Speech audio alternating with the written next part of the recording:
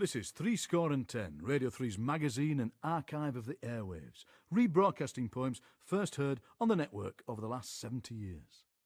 We're in the 1970s with Geoffrey Hill, who died earlier this year. Hill is a poet whose work is rooted in the Midlands earth and watered by European rain. In these poems, first heard on The Living Poet in August 1979, he talks about difficulty and how he doesn't see himself as a difficult poet. I'm a fan of Hill's, but I'm grateful for the iPlayer when I listen to these poems of place and history and the worth of poetry. Hill begins with history as poetry. Poetry as salutation, taste of Pentecost's ashen feast, blue wounds, the tongue's atrocities. Poetry unearths from among the speechless dead, Lazarus mystified, common man of death. The lily rears its gouged face from the provided loam. Fortunate auguries, whirrings, tarred golden dung, a resurgence, as they say, the old laurels wagging with the new, Selah. Thus laudable the trodden bone, thus unanswerable the knack of tongues. The second, written in 1974, appears in my recently published fourth volume, Tenebrae.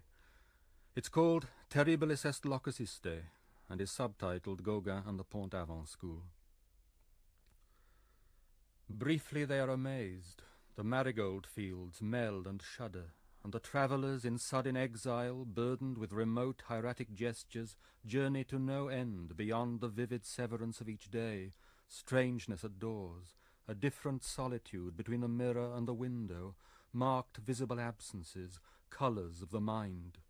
Marginal angels, lightning sketched in red chalk on the month's accounts, or marigolds in paint runnily embossed, or the renounced self-portrait with a seraph and a storm. It hasn't escaped my attention that in choosing the second poem I've illustrated an argument about words with verses devoted to painters and painting. The approximation of poetry to painting is in the proximity of context to texture. But poetry seems to me less innocent than painting, more embroiled in what Karl Barth called the specific gravity of human nature as such. I'm trying to account, you see, for the term difficult, which has been so often applied to my poetry. Of course, in the mid-60s there was a cynical and sycophantic cult of simple-mindedness with which one was glad not to be associated. But I'm the last person to revel in difficulty. I admire and envy simplicity with all the fervour of one to whom little, if anything, has ever come easily. Not strangeness, but strange likeness. Obstinate outclassed forefathers, I too concede I am your staggeringly gifted child. So, murmurous, he withdrew from them. Gran lit the gas, his dice whirred in the Ludo cup. He entered into the last dream of Offa the king.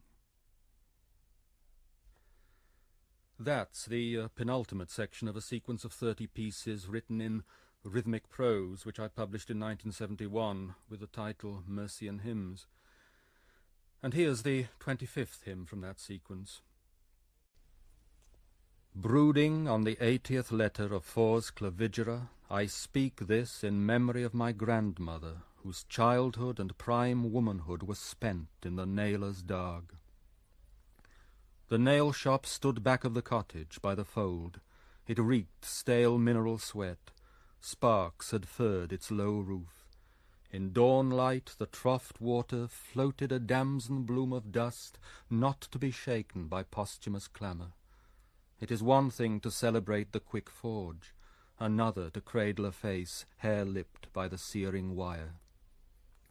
Brooding on the 80th letter of Fors Clavigera, I speak this in memory of my grandmother, whose childhood and prime womanhood was spent in the nailer's darg.